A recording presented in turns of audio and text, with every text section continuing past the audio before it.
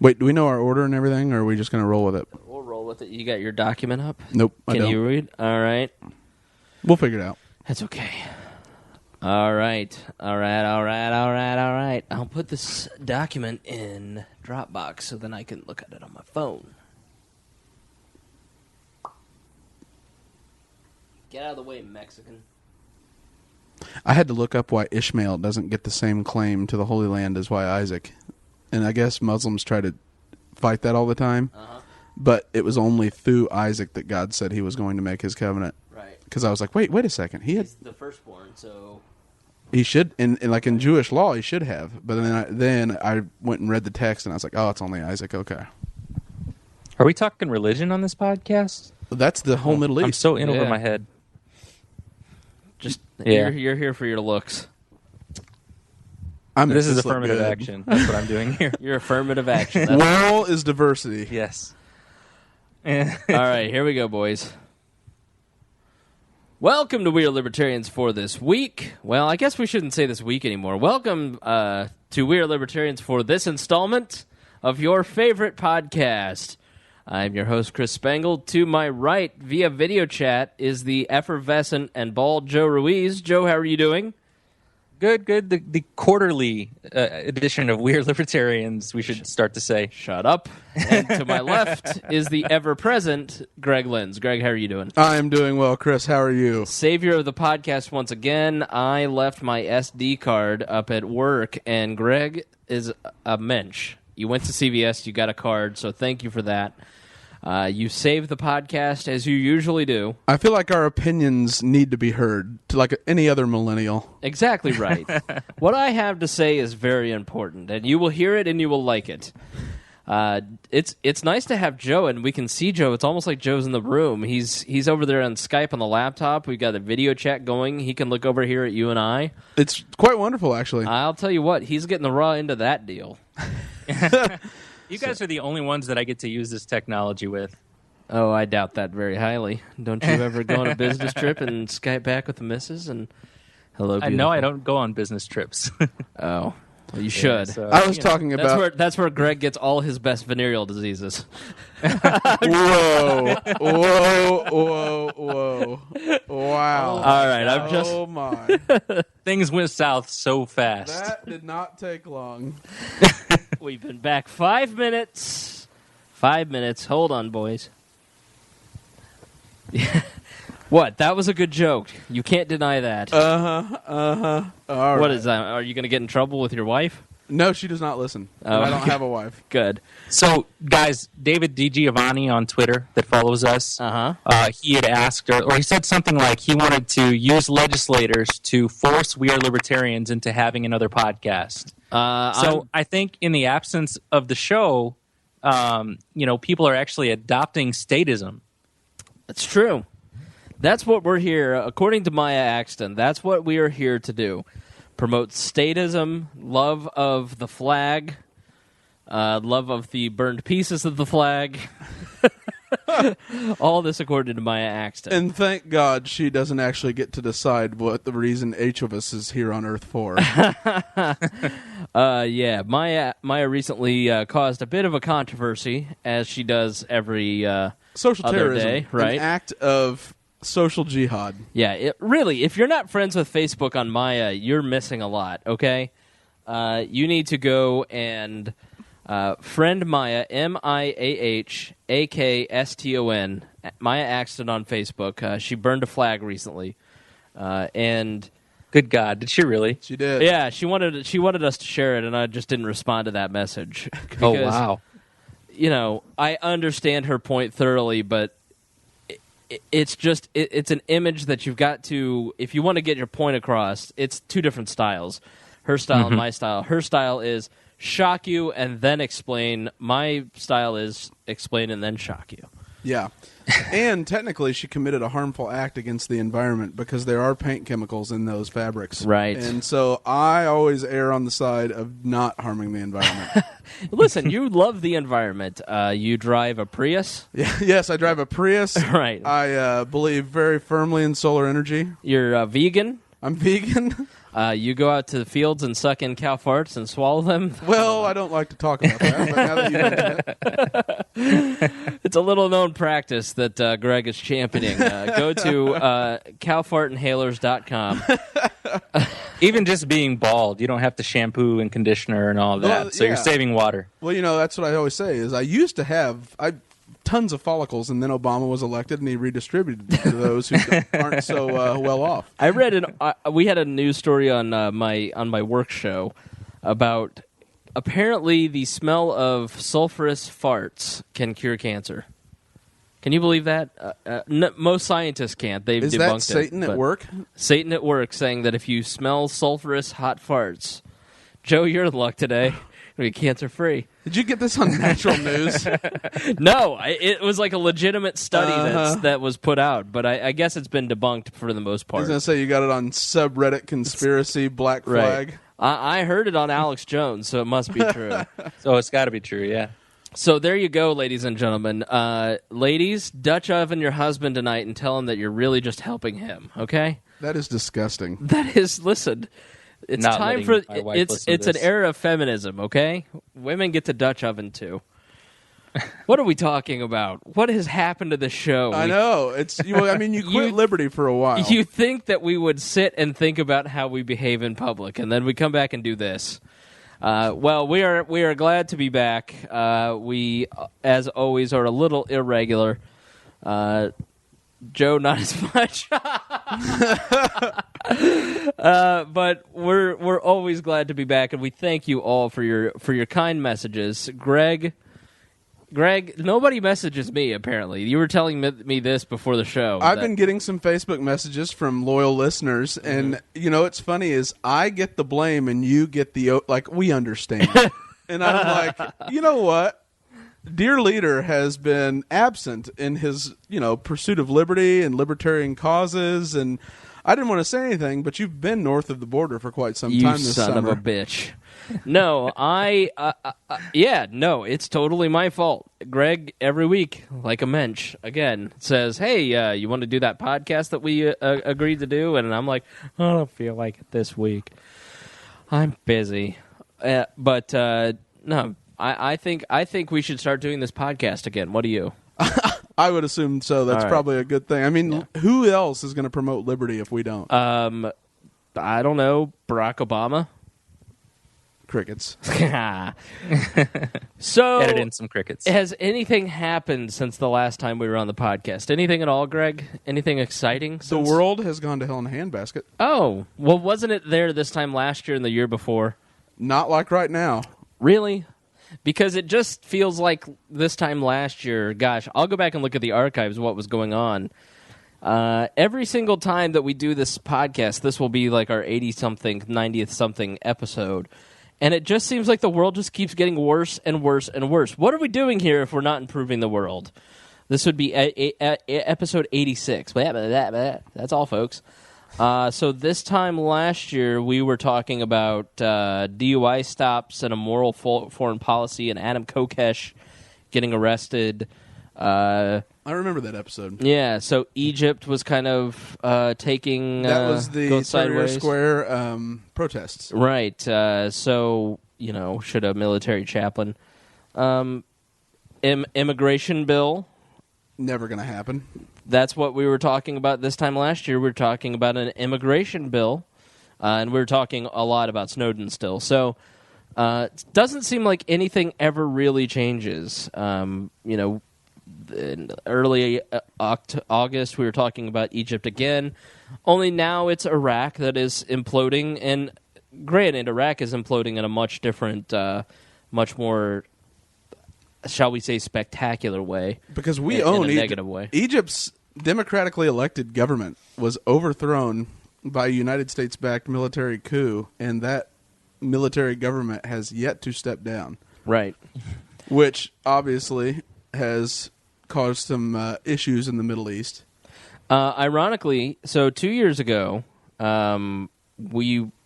because this show is a long-running show, I mean, we've been doing this since March 8th of 2012, we were talking about Chick-fil-A.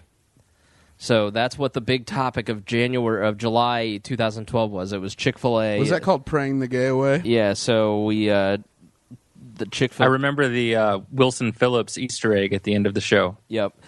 We also have the fallout of Obamacare, fireworks bans, Which and today all is kinds of extremely fun. relevant.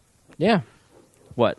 Obamacare. Yeah. Huge ruling today in the appeals court. Really? Tell us. So today, 3 federal justices ruled that the way the language is written, only individuals who purchase their health insurance through a state-run exchange qualify for for subsidies. If you purchase it like Indiana, like the 36 other states who don't have a state-run exchange, you are not eligible for subsidy. And they ruled that. So this is headed directly for the Supremes.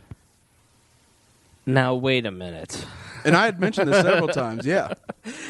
That doesn't seem fair, Greg. Well, remember when Nancy Pelosi said we have to pass it to know what's in it? Right. Apparently she wasn't lying. Yeah. Otherwise, they would have realized that when they wrote the language of section, I believe it's 1311, section 1311 says that subsidies will be allocated to those who, in fact, go through a state-operated exchange. Section 1321 is where it talks about the federal exchanges if a state decides to let the federal government have run the exchange for that state, like Indiana, like all the other states. And they ruled today, the appeals court did, that in fact you are not eligible for subsidy unless you are through a state-run exchange. Now, it is Shocking. not to stop the subsidies because it's going to go to the Supreme Court. But I would bet you anything. If you read the text of the law, and there's no debating it, the only argument the federal government has made is that in the spirit of the law, people understood that it was for everyone going through any exchange. Sure. Which the spirit of the law is usually BS. It's pretty baffling though that they could write like 20,000 pages of law. When somebody talks about the spirit of the law, that's sort of hindsight. It's a hindsight argument usually. Well, that doesn't surprise any of us at all. I mean, Obamacare has exceeded every expectation we had as far as it being a failure. Oh, yeah. So, Rand Paul once said on an interview, he said, it's not that government's inherently stupid, although that argument could be made, and he caught some flack for it. And this is pretty much a pure demonstration that government is, in fact, stupid. Yeah. So, all right. Well, let's talk about some of the foreign policy because this ought to be mostly a foreign policy show. We'll touch on immigration a little bit. It's the perennial favorite every year. It seems around the summertime when it gets hot that we start talking about immigration because nobody's actually really doing anything. So they're like, well, how can we gen up some fundraising? Let's talk about racism. If you want to raise money, racism. Joe? Is this why you've got me on the show today? Can you send me a list of approved jokes that you won't actually be offended by, but I can make towards you so we can raise some money for the podcast? I'm pretty sure nothing offends me. Oh, well, you were talking to the masters of never mind. We should not offending the unoffendable. Yeah, let's not. We talk. offend the We're actually writing the sequel to Dr. Walter Block's book. I mean, we had a pretty good string of jokes going in the chat today, but they weren't racist. They were just really, really crude. Actually, you were violating us sexually is what you were doing. That's not the case. Joe, would you agree? Yeah, absolutely. I just asked if you guys are into fitness. Anyways. I would challenge anyone who wants to try and offend me. Send me your best shot on Twitter. Greg... At the I'm Joe not Ruiz. participating. Oh, I just need somebody to hold the camera for a minute. So let's... Greg, do you want to start talking about Israel and Palestine, or do you want to talk about Iraq first? I'll tell you what. Iraq's going to be a little bit shorter. So Okay. in Israel, so let's start with that. The media has changed focus from Iraq to Israel, Palestine, Gaza, because really, doesn't that just feel like going to your grandmother's house? You know, if you're going to go visit somebody's house at Thanksgiving, don't you want to go to where you're most comfortable and it feels like the coziest? I mean, if you're going to talk about international foreign affairs and wars going on overseas, you know, Israel versus Palestine just feels like your grandma's house, whereas Iraq is like a haunted house where literally they're actually trying to kill you. Yeah, they in fact issued an edict that the Christians had 24 hours to convert to Islam, leave, or be killed. Which is a pretty big deal because that's actually in violation of in the Quran what the government is supposed to look like. Christians, any type of religion, even atheists, can live under the Islamic Caliphate according to the Quran and the Hadith as long as they pay the tax. And the leader, that al-Baghdadi of ISIS, came out. I loved his rap album, by the way. I thought I saw him at the. What was his name again? Al-Baghdadi. Al-Baghdadi. I saw him perform at the Grammys. He was spectacular. I keep waiting for him and Kanye to release another album. Well, they're in a feud. Yeah, there is. I mean, Kim K is a divisive figure. Right. But no, so what's going on is they're a state, in my opinion. They're a state. They have taken control of parts of Syria. They have part of the Jordan border, which is a really big issue. And it's inevitable they're going to take Iraq. Mm-hmm. The thing the media is missing is that this is a Muslim war. You might, because I made a joke, you might reiterate who they is just one more time. ISIS, the Islamic State of Iraq, and technically it's Levant. Okay. So it's really ISIL. But now they're just going by the Islamic State. They want credibility. They don't want to be seen as an organization. They want statehood. Right. The thing that's missing, though, is all of a sudden Israel gets hit by Hamas, and the Palestinians are fighting back in the Gaza Strip for what they perceive to be huge injustices. The problem is, by ignoring what's going on in Iraq, they're also ignoring that ISIS is recruiting out of Palestine and already has an influence there. They are there, and that is what Israel fears most. So the media is acting like, how do we make this work? How do we have a two-state solution? Blah, blah, blah, blah, blah. And I can't help but think a lot of it is the media, and I don't think this is debatable, is overwhelmingly owned and controlled by Jewish shareholders. Whoa, whoa, whoa, whoa. Rightfully, after the Holocaust. Whoa. Rightfully. Whoa. Okay, explain that. Well, I mean, they felt the need to... They're still Holocaust deniers today. Mm-hmm. So they understood what the importance of controlling the mediums of communication are. Joe. What?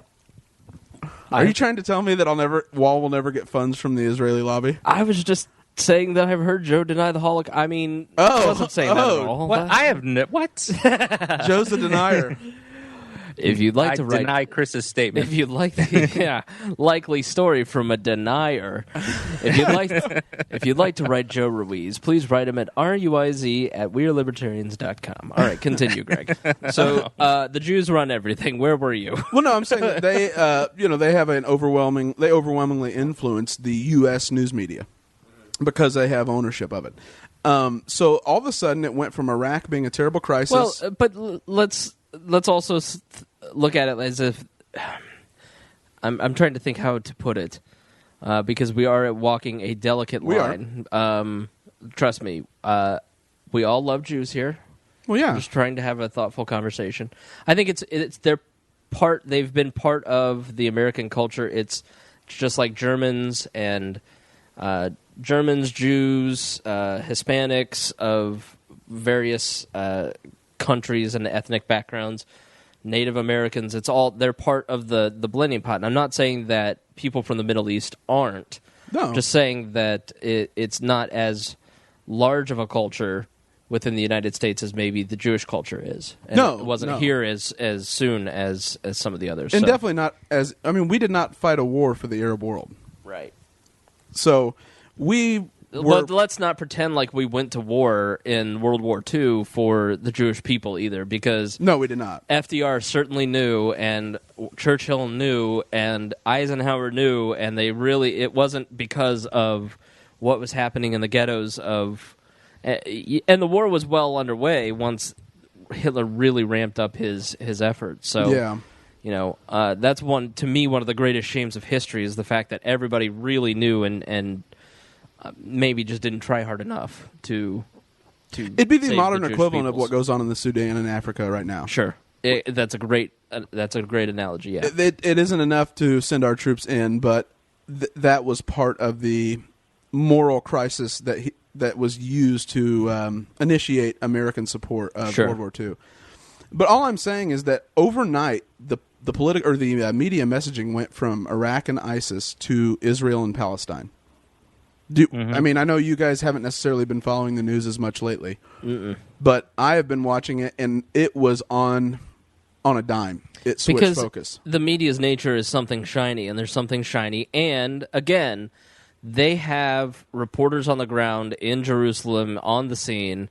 So they've already got the built-in infrastructure because they've spent decades reporting from that particular crisis. Which has actually been harmful in this instance. I don't know. Really? 4 young Gaza boys from Palestinian boys that lived in the Gaza Strip were playing on the beach outside of a hotel that a bunch of U.S. journalists were staying at. CBS journalists, NBC. And it's a beachside resort. They were kicking a soccer ball around. There were 4 of them. And an Israeli missile hit those 4 boys. And wow. And injured. When was that? That was on, let's see, that would have been Saturday. And CBS pulled their correspondent home because they wanted to report on it. And the correspondent actually went down and was trying to help because many other young children were hurt. And this is not a target that Hamas had. I mean, Hamas does live within the people in Palestine. Right. But this isn't one of those highly, dense areas. It's mainly tourists, and then it's foreign officials, it's diplomats, and Israel was sending a message that they're not going to be messed around with, and they have this missile defense system that the United States helped them develop called the Iron Dome that prevents missiles from hitting highly dense areas, and it's worked remarkably well. So right now there's been 1 Israeli killed by Hamas rockets, and there has been I think the number's actually over 140 Gaza citizens. Residents. Let's talk a little bit about who Hamas is, because I think, we listeners to this program, we've touched on the Muslim Brotherhood and some of these other organizations and what they exist, what the purposes are, both the public face and the back end. But let's kind of touch on that again. Can you explain the origins of Hamas and what is their function? Hamas exists purely as a Islamic uprising within Palestine in order to promote more of the historical nature of Islam and the rise of Islam and their right to the claim of the Holy Lands. Right. So they are a bit different than like Ariel Sharon. Yasser Arafat was the leader of the PLO, who's now the Fatah party, and they're a nationalist organization. They look at Palestinians as we are a people, we are a country, we are not necessarily a religious-based, a theocracy. And so Hamas solely exists, and this is actually one of the more interesting wrinkles of it, to wipe Israel off the map, to push them into the sea. The problem is now they won the election, and Mahmoud Abbas is the leader of the other party, the Fatah party, and that's who we would like to see win, and we actually have tried over and over and over to do anything possible to get them to win by influencing their elections. But Hamas has support of the people, and the way Israel's reacted to being hit, which is you're allowed to defend yourself, but they've hit areas, and for whatever reason, they've hit areas that have been very damaging on a global scale where people are starting to support Hamas. It's been a real tough time for the United States to even justify action, for our allies to justify action. There are protests in Boston, in Indianapolis, in the support of Palestine. In France right now, it's a huge issue. Jewish store owners are being looted and their stores being attacked. It is becoming a global... What we've managed to do by screwing this up so bad is we managed to create a global Muslim blowback rather than a Palestinian blowback. Sure. Yeah, and the way that they organize on the ground is as a community organization, and a lot of this Barack Obama has talked about, and we've recommended on this program that Libertarians should take a look at as well. What they do on the front end to justify, so they have ends that not everybody would agree with, that I wouldn't agree with, and the way that they, instead of just being extreme all the time, they have the public face where they build the hospitals, build schools, run charity organizations, are very active in organizing the community. So it gives them the ability to spot recruits and spread their message, and it also gives the moderates an out. We know that some in the organization believe that, but these guys over here, they built a school, they did that, so they help us. Right, exactly right. And gee, don't we sort of make that argument for government in this country? we do. The issue, though, and no other news outlet has reported this besides Ben Swan, so I don't know exactly how valid it is. But Ben Swan is reporting that Hamas is actually finding out where the most likely areas are that Israel is going to strike back.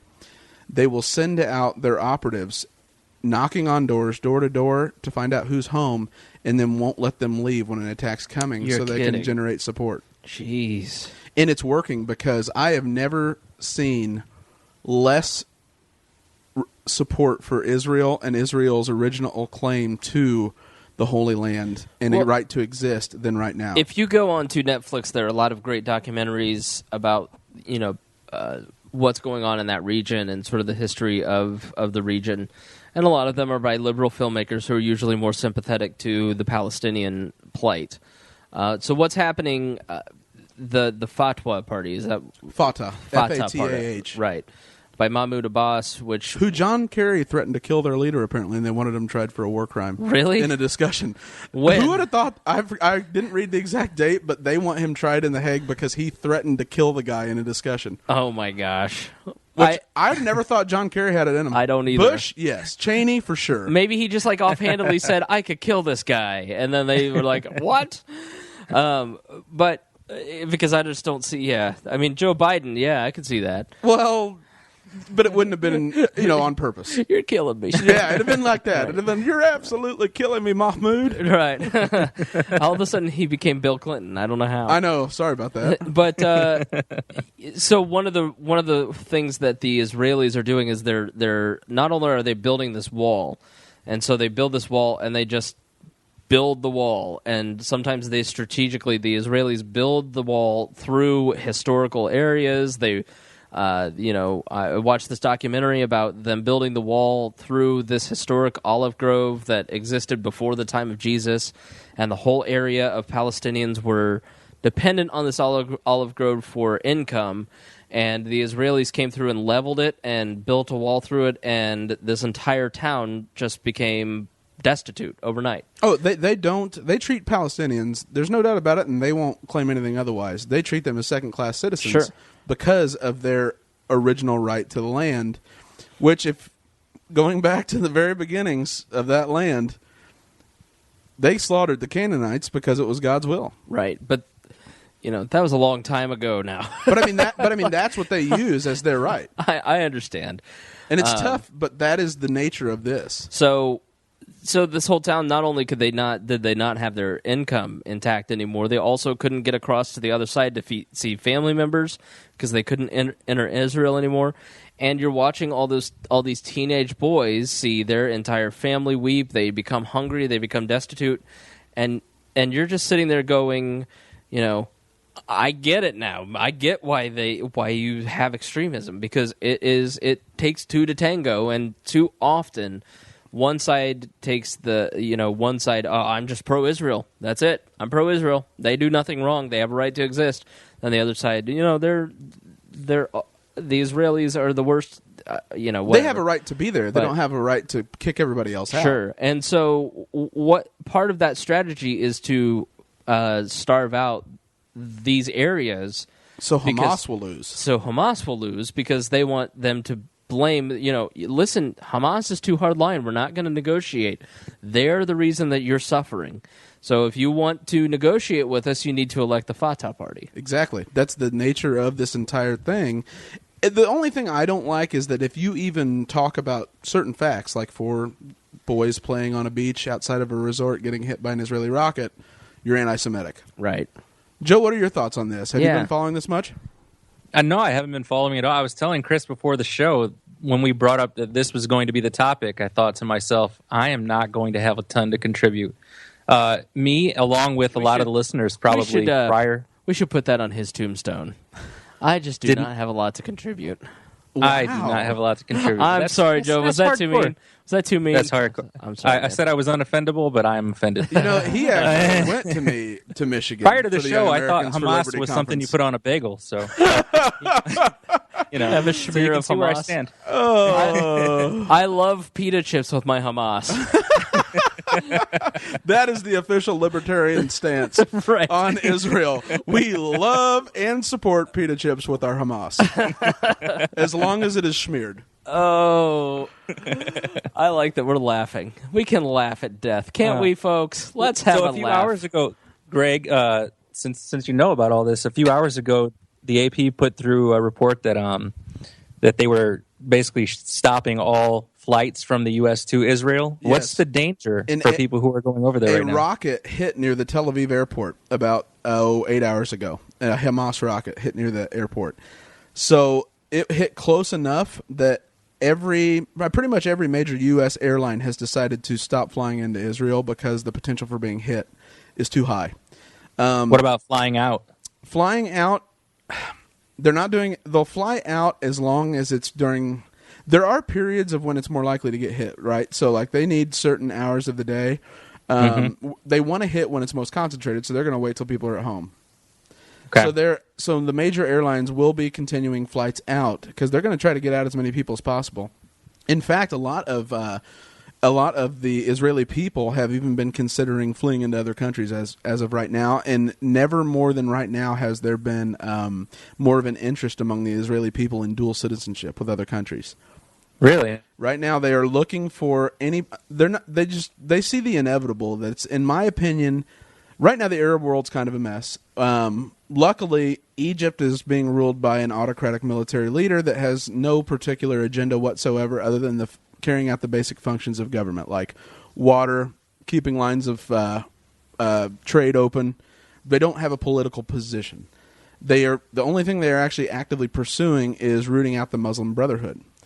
Mm-hmm. Why that's important is in Gaza and in Palestine, the Muslim Brotherhood is Hamas. So because historically Palestine's been able to rely on the support of Egypt for funding, for sending operatives, training, anything they need, but all of a sudden because we supported a military coup in Egypt over a democratically elected Muslim Brotherhood, Hamas is feeling a bit isolated. Lebanon is the Golan Heights is another disputed area between Israel and Lebanon. Lebanon is shooting the occasional antiquated rocket towards Israel in sparsely populated areas that aren't causing any casualties because they want to show support, but they're so tired of being essentially getting their asses kicked. They're not going to get into this fight. I mean, Israel is so heavily armed and so vastly militarily superior to everyone in that region that they're not even going to engage them. Gaza, the Gaza Strip, and the state of Palestine wanting recognition. These are people fighting for legitimacy. They are the American revolutionaries. The only difference is they're very theocratic. But they deserve, in my opinion, they deserve the right to exist. They don't deserve the right, though, to antagonize the Israelis that moved there, or the Jewish people that moved there after World War II, when the state was set up. It's funny. The Onion put out that piece about the solution. Did you see that? I've actually put it on our website. The Onion wrote a farcical piece that the solution is a $3.77 or $1.377 million a state solution. Essentially, each resident in the Middle East getting their own state. It was like 370 million. Yeah, 370 million individual states. Yeah, individual states, which is actually hilarious, and it caught fire nationally and in the Middle East because people started for the first time to realize, oh my God, individuals wouldn't have these issues. Their leaders have these issues. But in Palestine, one of the biggest lies that's being told is that this is only a religious war. Well, think how often we see the Palestinian grandmother knitting with the Israeli grandmother, or the Palestinian child holding hands with the Israeli child, because they want to show that not everybody hates each other, but that. And I'm not saying that I'm saying that that's probably the way that most in the region feel. It's just the elected leaders benefit from creating a sense of urgency as far as war goes, especially. See that in our own country. Mm-hmm. Look how high poll numbers are when we start beating the war drums. Because we've got to rally around the flag. Except for now, yeah. It's amazing. I have never seen it where if you'd asked me, will the American people support the Israeli taking almost preemptive action by being trying to deter any attack on them. The American people are not in support of Israel right now, which has got to be spooky for them. Sure. Which is why the media has been putting such a push, in my opinion, in the New York Times. The National Review has almost gone to the point of propaganda. I think that at this point, the American public is so tired of any war. their war, meaning pick your their, or our war, and we're just done with it. I mean, it has been constant drum beating since 2000. It's been almost 15 years of constant war, and no, it has been. Yeah, 2001. No doubt about it. I can't take it anymore. I'm fatigued with it. You know, and you get to a certain point where, and I don't know if it's because I'm a libertarian or if I'm just reacting to it emotionally. The emotional pleas to support your country and the use of, I'm sure this is going to offend someone, and I'm sorry, but this is the way that I feel. The use of the veteran and the returning soldier and the wounded soldier or the soldier that was killed in action as an emotional tool has grown weary on me. Yep. You know, I'm not saying that... Oops, sorry, Joe just disappeared. I'm not saying that I don't support our troops. I'm not saying that I don't respect everything that they do and that they go through. I wish they had to go through far, far less. Trust me. But when they are used as tools to promote a certain ideology or a certain action by our government, it just doesn't have the same effect that it had 15 years ago because it's been... that tactic has been used so much. Things like Snowden can't happen and then make appeals to national pride. Sure. That has been so devastating. I mean, our parents, really, the baby boomers, were anti-institution after Vietnam. It has only accelerated with each successive generation. And now we're at the point where we look at government, and our generation is so fiscally conservative and so socially liberal. They may not know it, but they're on the pathway to libertarian, and those national appeals no longer... In a world that's connected by the internet, that doesn't work. 15 years ago, I was ready to join the military. I didn't, and previously, before Maya got a hold of me, I felt like that would be one of the great regrets of my life, not going into the military. But, you know, I wanted to fight for freedom. I wanted to support our country. And now at this point... When the NSA is switching around nude photos of, let's be honest, guys, 70% of the nude photos they're switching around are of me.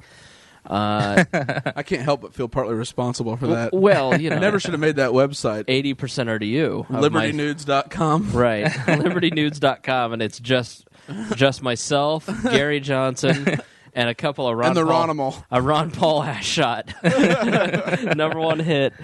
But, you know, the idea that you're going to die for freedom has, in my mind, become you're going to die for the United States government, which is something that you no longer support. And is that worth defending anymore? And, you know, I think so much of our culture, our generation, looks at it and says, heck yes, I want to support soldiers. If they're willing to put their life on the line, I want to support them when they get back, when they're over there.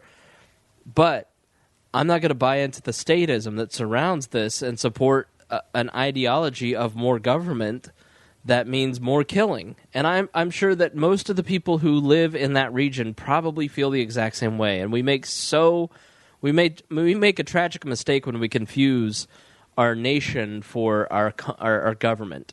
You know, a country for its government. The people of Iran are not, you know, Ahmadinejad and the Ayatollah Khomeini. Yeah. I mean, those are people who, just like in our country, are using policy to create circumstances to help them get reelected. Exactly. You know, it's all about maintaining power, and that actually brings it back to Hamas. Hamas was who's trying to steal it from someone else, and Hamas was only supposed to exist so that they could. Their purpose is to wipe Israel off the map and drive them into the sea, but now they've gotten a taste of power. And so that's why I actually feel that Israel needs Hamas to an extent, and then in addition, Hamas needs Israel. Because if Israel were to defeat Hamas and the Fatah party were to take over, you are going to run into serious issues because now all these guys that are leaders don't have a purpose. They have no enemy to fight against. And Israel is never going to oust Hamas because, yes, they'd love the Fatah party, but they're never going to want ISIS to take over there or they are in serious trouble. Right. I just took a picture of Joe sleeping. I wasn't sleeping. I had my eyes closed. That's the most anti-Semitic sleep I've ever seen. The picture of you guys went away because my internet connection died out briefly, and so there's no picture. I just figured I'd close my eyes for a moment. People are dying overseas, and Joe is taking a nap through it. This is unbelievable. There they are. Hashtag not my prob, bro. Oh, man. Have you guys seen this video online? It's an animated video. Now he's going to start summary. talking to us about his meme videos. No. Jordan Page posted it. It was like an animated summary of the Israeli-Palestinian conflicts over the years. Yes, I've seen it. Okay, so he posted that. You can look it up on YouTube. I thought, it's animated. It's going to be really funny. And in fact, it was one of the most depressing videos I've ever watched. Yep.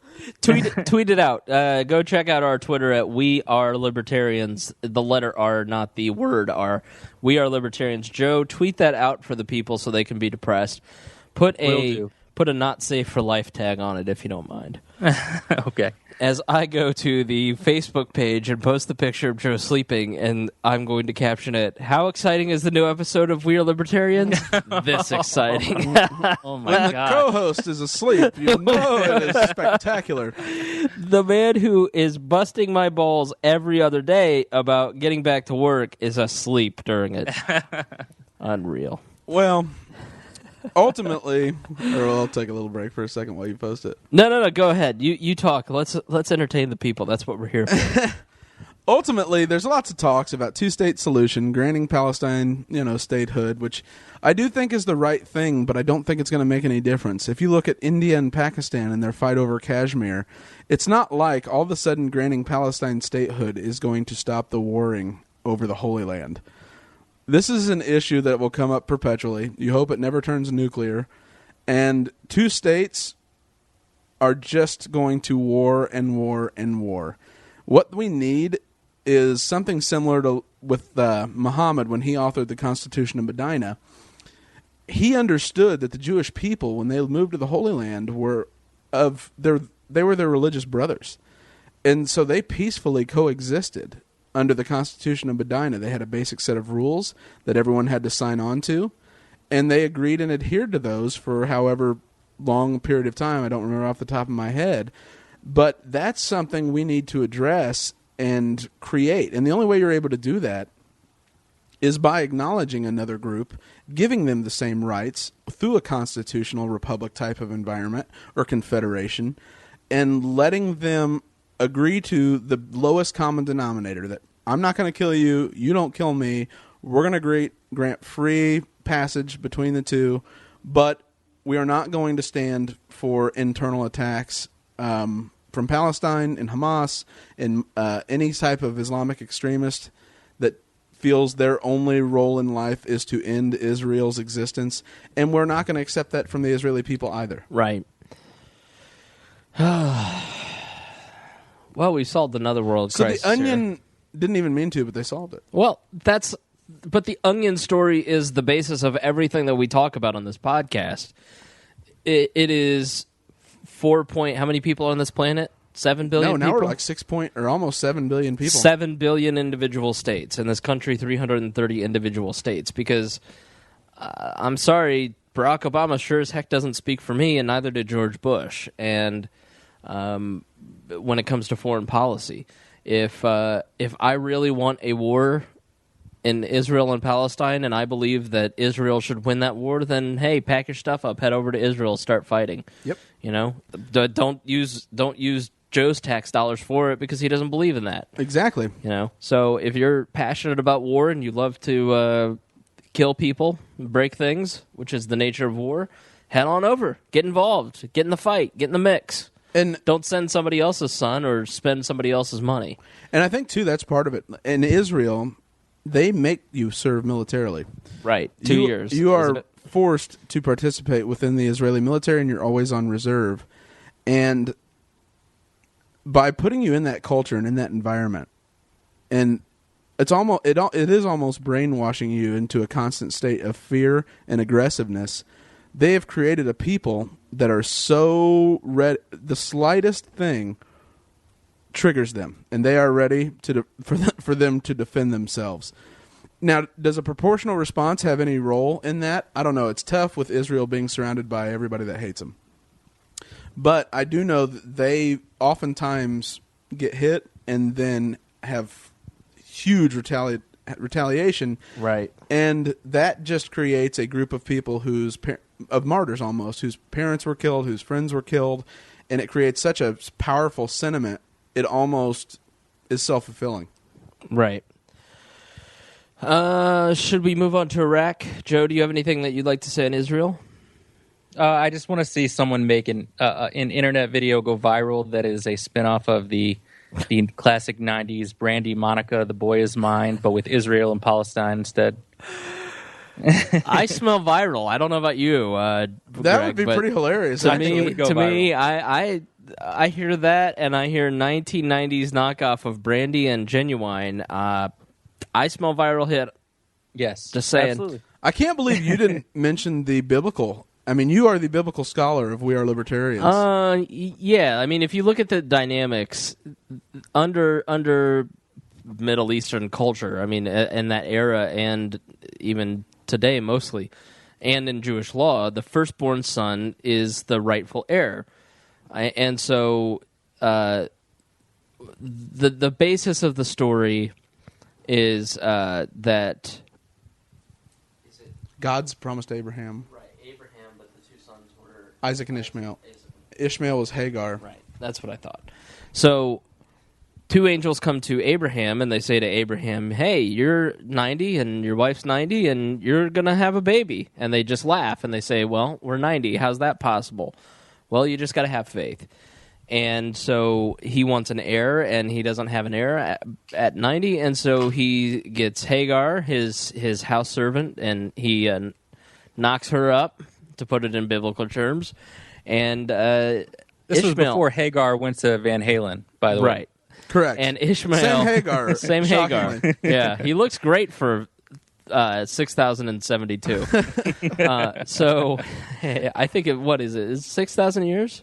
I don't know. You're 5, one of those young Earth creationists, aren't you? No, I'm not. So Hagar gives birth to a vodka company and Ishmael, and Ishmael, and then so he says, "Great, we got an heir." Well, now Sarah, his wife, gets all mad because, I mean, he cheated with his house servant, and his wife got all mad. How crazy is that? And so the angels come back and said, hey, you didn't have faith. And then he somehow knocks up Sarah. Sarah and Isaac is born, and Isaac is the one who is promised as many descendants as there are in the moon and the stars. And so the Ishmaelites go out to the desert. And they claim the birthright. The descendants of Isaac feel that they are the chosen people, and that's so by now, after 7,000 years, we still haven't figured it out because we're fighting the same stupid argument. So that is roughly the very rough biblical translation of what happened, and still making the same mistake. Still making the same. Cheating with a house servant sounds an awful lot like Schwarzenegger's time as governor. Right. And did you see the hair? Oh, terrible. It's a shame though, because I actually have felt a little bit for President Obama, because nobody would every president has always wanted to be able to broker Middle Eastern peace. Each one. And everyone goes in hoping to have a honest discussion with individuals they think are rational. And you have the Jewish people coming in, and they point to God's promise to Abraham. And then you have the leaders of Palestine, who, when it was Arafat, it was a little bit different. And that's why we were able to have a bit of peace, because he was more of a nationalistic Palestinian. But when you have Hamas, they come and talk of the beginnings of the Quran and Ishmael and the promise to the firstborn, even within Jewish law. And it's amazing that anyone is even able to pull off anything when that's what you have to reckon with and broker an agreement out of, because I don't see how you would even begin to. So it's kind of Cain and Abel fighting over father's favor. Well, the Canaanites were who the Jews slaughtered in order to take Israel. Mm-hmm. Let's wrap up. We've spent a good deal of time, as the media has, talking about Isaac and Ishmael and Palestine and Israel. And guess what? We'll probably be Brandy and Monica, Arnold Schwarzenegger and his mistress. We'll probably be talking about Israel and Palestine, 10 years from now. So, the real worry is that ISIS gets involved there. Right. So That's the worry. Let's focus on the actual scary people. You know, so many times we're on this podcast and we talk about foreign affairs and we talk about what could happen here, what could happen there, what, sort of thinking of possible alternatives. ISIS, to me, is something that, heck, we've talked about on this program for a long time. You've talked about the caliphate. And a couple years ago when you started on the podcast, we talked about interventionism and non-interventionism. You said, listen, they want a caliphate. That is the point. Glenn Beck said that, too. And he was roundly dismissed as a crackpot for saying that on his Fox News show several years ago. And everything that he said is actually true. And it's because he listened to them. And here's the thing. And I've said this, and I've gotten some angry letters about saying this, so I'm going to repeat it. But Osama bin Laden was a lot of things. But I don't think Osama bin Laden was a liar. And so when we went into Saudi Arabia and he said to the king of Saudi Arabia, let the Mujahideen take care of Saddam Hussein, don't let the Americans in, they will never leave, and they didn't, and they were still there. And then he said, if you don't leave Saudi Arabia, we're going to fight you and attack you and do everything we can to bring you down as a country. And he did. He kept to his word. And so people like Glenn Beck and people like Greg actually go out and seek first-hand sources from these people, their Twitter accounts. You can go on Greg has posted ISIS accounts. Read what they're saying. You can read their talked purposes. to a guy. I had a conversation with a guy from ISIS and put it in a blog post about ISIS. At wearelibertarians.com. And the point was, you just have to find out because you don't get good news coverage. The mistake is to assume George Bush is a lot of things, like he's supposedly a conservative. George Bush was over-idealistic about what could be accomplished in Iraq. He thought that every society yearns for freedom. Everyone wants democracy, freedom, all these Western ideals. That is, in fact, not the case in the Arab world. They do not want that because the Quran are their governing documents. The Quran is their constitution if it was in America. So the Quran gives them explicit directions on how to set up a government, how to follow that government, what the rule of law is to be, and it even gives them references for how to handle individuals who do not believe the same thing. Now, the ISIS has an issue because they choose to interpret things slightly differently with this. They decided that they were going to tell every Christian underneath land they control right now, which is mainly northern Iraq, part of Syria, and part of Jordan, that if you are Christian, you can convert to Islam, you can be killed, or you can flee. That would, in fact, be out of line with what the Quran says. The Quran says you can live within it and worship however you choose, but you have to pay a tax to the state. And this al-Baghdadi, he laid out what the Davala is supposed to be, how you're supposed to pay it, how much it is a year, and it's progressive. It's based on how much income you make. And so roughly, if you're among the most wealthy residents within the Islamic State, it's roughly $700 a year, which would be a ton in Iraq, given their economy's in shambles, and then there's almost no way to make money, because ISIS is funding itself by literally destroying what they consider false prophets, which are monuments, memorials, part of human civilization. I mean, they're trying to auction off right now the prophet Jonah, who survived the whale, living through the whale in Nineveh, Iraq. They're trying to sell that off on the black market. Sell what specifically? Jonah's body. They have the prophet Jonah is buried in Nineveh, Iraq. Oh, okay. And so his tomb's there, and they go around, they take these museums, which are not, and they don't praise Allah, so they consider them false prophets, and they sell them to black market antiquities dealers. So that is how they fund themselves. The real disagreement between ISIS and Al-Qaeda never wanted to form a state necessarily until it was time. ISIS is going around, we're going to be a state now, and we're going to fund ourselves by destroying anything that's left over that we consider to be a false prophet. And they're waging a Sunni-Shia war. Right. This is a battle between Muslims because, and if you follow any of the ISIS accounts, this thing's going to end in Karbala where the Shia, Muhammad's, I believe it was his cousin, and who Shia Muslims consider the rightful caliphate, and the Sunnis consider him the fourth caliphate. He was martyred. And that's where the slaughter is going to happen of the Shia people, since the Shia are the majority right now in Iraq, but that's looking like more and more the Sunnis are flooding in now that there's an Islamic State. There's going to be one hell of a battle where this thing started, and that's where this thing, I think, is going to end until they turn towards Israel. Yeah, and I think that part of the aggressive stance by Israel is that they're signaling to the rest of the world that they are prepared to go toe-to-toe and shed as much blood as possible to protect themselves. They're telegraphing that because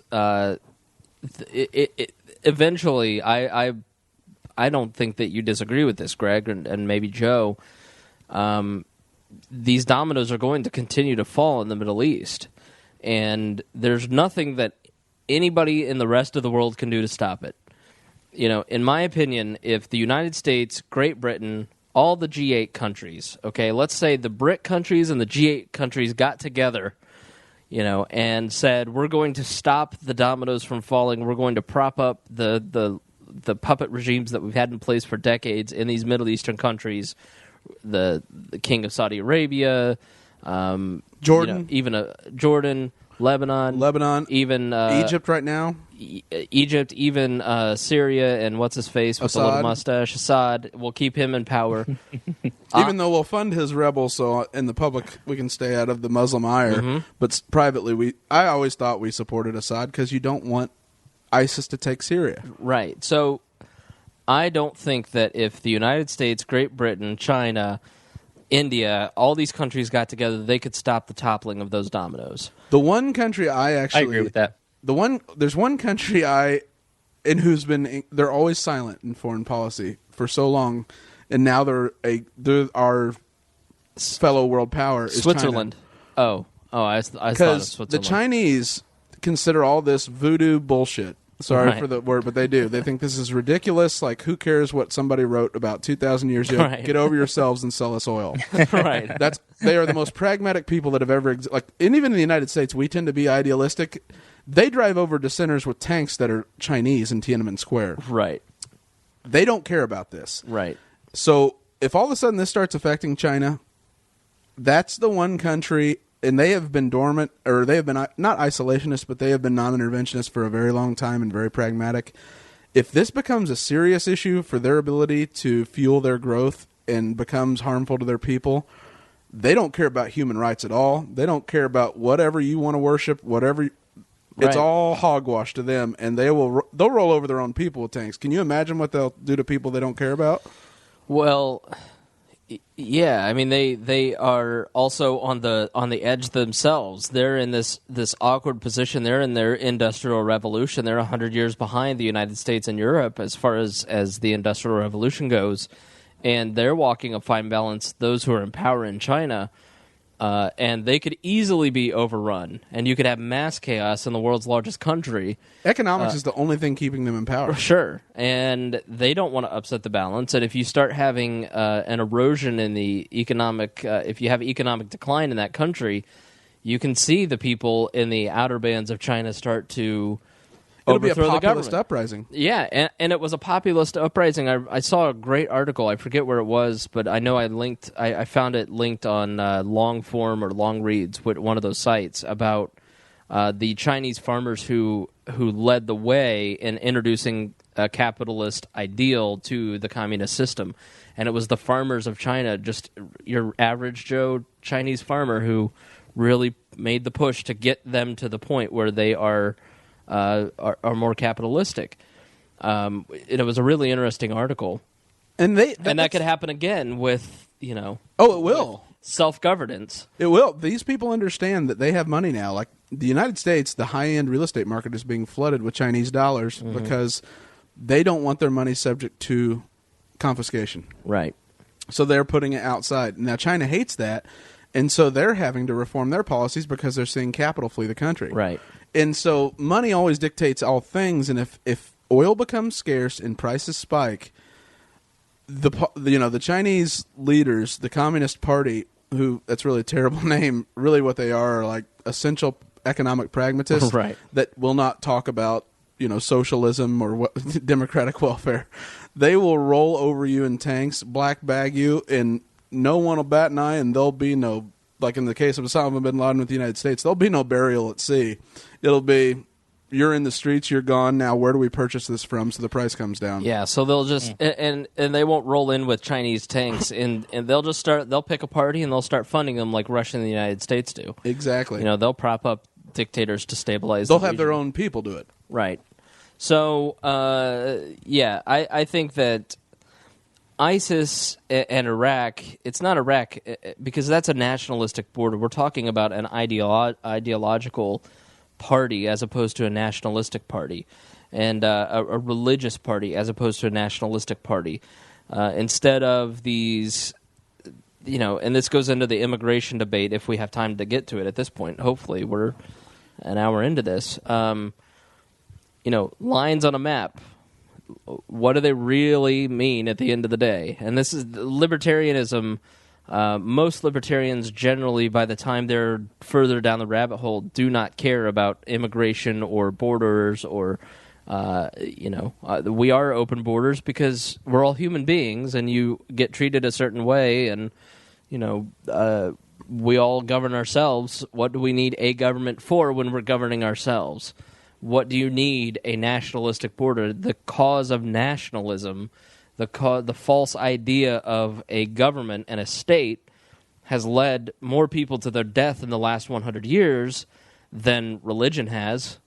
People want to sit there and say, think of how many people have died at the hands of religion, Christians and Buddhists and Muslims and Jews, all because of religion. Well, no. The religion that has killed more people in the last 120 years is the religion of the state, of government, than any other thing. Thank you, Joe. And so, all that those false lines on the map, what they really mean. Because look at the bottom. Look at me. Look at the south border of Texas and the north border of Mexico. Does that land look any different when you cross from Illinois into Ohio? That'd be tough, actually. Yeah, actually, that'd be tough. Sorry. Illinois to Ohio would be quite the jump. Well, listen, it's the 57th state connecting to the 56th. Indiana into Ohio. I forgot where I lived for a moment. Canada. You son of that. I'll tell you what, this Canada joke is getting old. It was my joke. I had the joke. It was funny when I was in charge of it. Now it's out of hand. Out of hand. There's a line in The Dark Knight where, the hero, if he lives long enough, becomes the villain. And you are the embodiment of that, in fact. I know. So, people are accusing me of being Canadian now. Not funny. Let's be honest, though. Would you be mad if we threw a few rockets at Canada? No. See, I don't know. That was my one issue. But people would be outraged because white people would be throwing rockets at white people, and we cannot have that. Okay? It's like in Indianapolis, we have had like a murder every day in Indianapolis, and it's been fine because it was not white people getting shot every day in Indianapolis. And then 7 people get shot in Broad Ripple. Whoa! Edit that one out for sure. Horses there, buddy. Edit Brown Ripple out for sure. That was a Freudian slip. So and then all of a sudden, seven white people get shot in Brown. Wow! So all of a sudden, 7 white people get shot in Broad Ripple, and now we have to have vigils about all the violence in our city. I mean, it's listen. All right, maybe I've gone too far. No, but I understand what you mean. Is that it is very compartmentalized. Right. How close it is to you. And hey, murders take place with those people. In the Middle East with these wars, that's what those people do. You'd never see the civilized people of Canada and America bombing each other. And never mind the fact that your country is sending rockets to the Middle East. We're the ones sending rockets to the Israelis. We're the ones sending rockets to the Syrians. To ISIS, to Osama bin Laden, to Saddam Hussein. It's interventionism has created you just every don't one see of our it. wars. Yeah, you just don't see it. And so, we would never fire rockets at Canada, but we fire rockets at almost every other country in the entire planet, including at ourselves, because most of the weapons that we send over there get fired back at us. The leader of Brilliant ISIS, al-Baghdadi, drives around in an American-made Hummer. Right. Yeah. It's just you can't even imagine how frustrating that is. For there the was government. an enormous heist, I guess is the way to put it. I mean, they went in and we just left all our equipment from the Iraq War in Iraq. And the Iraqi security forces had a ton of Humvees and armored vehicles and weapons. And ISIS just rolled in and said, "Hey, give us the keys. You're out." And now they have all this equipment. And so if we were to put boots on the ground, we would literally be fighting our own equipment. Yep. So, and based on our last experience rolling into Iraq, they'd probably be better equipped than we would have been. Again, now we actually trained them and funded them and provided all their Right. I mean, now that's a lost cause in my opinion. Iraq is done. There's Right. no saving it. The only thing you can do now is hope that Iran's strong enough to beat back ISIS. But all that'll do is ignite a Sunni Shia war. So, It all just sounds so absurd. I know, right? I know. Oh my god! Is there anything going on in Syria still? Because you never Yes. hear about Syria. Is there still fighting that goes on? Or Horrible fighting because Same level? ISIS has now, I'd say, the Iraqi border, Iraqi-Syrian border, probably about 60 to 70 miles into Syria is now under ISIS control. Because they are slowly going to pick off each state. Now, their next target is Lebanon, which they'll take. That'll be pretty easy. Libya they'll take, if they haven't technically already. Syria would be next because what they believe in Islam, it's a little bit different in Christianity in that not world peace, but the end times for Christians is the afterlife, right? Mm-hmm. In Islam, it's on earth. It's earthly. It's one global caliphate in Allah's will. In order for that to happen, Damascus has to be under the caliphate control, which is where it'll be headquartered in Syria. So their emphasis is going to be on Syria and Damascus, but they're going to try to take Lebanon. They're in Jordan already because we trained them there, and they're already in Gaza. And Gaza will be their last because they know that if they attack Israel full force, all of a sudden the Allies, and if they take the real issue though with Syria is if they piss off Russia, because Russia backs Assad. Right. And so if they make Russia too mad, which is actually what we're going through right now, he's going to be on high alert because right now he's whimpering around with his tail between his legs. Mm-hmm. Vladimir Putin is much like the Chinese. Right. He doesn't really care what you think. He doesn't care about your... they closed the churches in Russia. Right. And the difference between the Chinese and Putin and Russia, the Russian people and Putin himself are much more vain and sensitive. And so they are much more... how dare you slight me? I must get revenge. They go around looking for ways to be offended. Right. They're like aggressive liberals, actually. So, they're like brutalists. Yeah, they really are. Just kidding, everybody. Just a joke. I did not mean to be my own social terrorist. But yeah, his email is spangle@wearelibertarians.com. Right. It's funny. Jeffrey Tucker actually wrote a piece this week called "Rebels Will Inherit the Earth." Did you read that, Joe? Nope, but I saw it. I know you and Tucker are pretty tight, so I wasn't sure if you had read that or not. They've made out. Tucker's a great guy, but he writes so much that I could never even try to read everything he puts out. He does, and it's funny. He very much follows Hemingway's advice, where you write drunk and edit sober. So I read that piece, and all I could think was, in the United States, that would not spread very well, because what he was essentially saying is that ISIS winning was inevitable, rebels winning is inevitable, and that rebels will inherit the earth.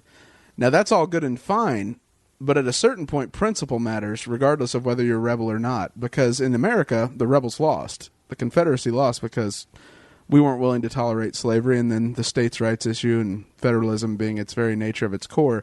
And I was wondering if you had got to go back and forth with him at all on that, and whether he maybe regrets writing that piece.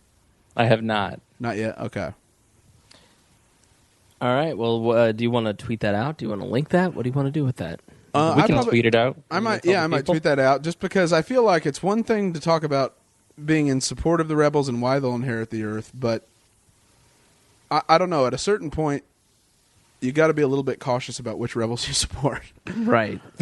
which causes you support. Why do we have to support rebels at all? Is my question. I mean, you look at Israel Palestine. You look at, let's take Israel Palestine.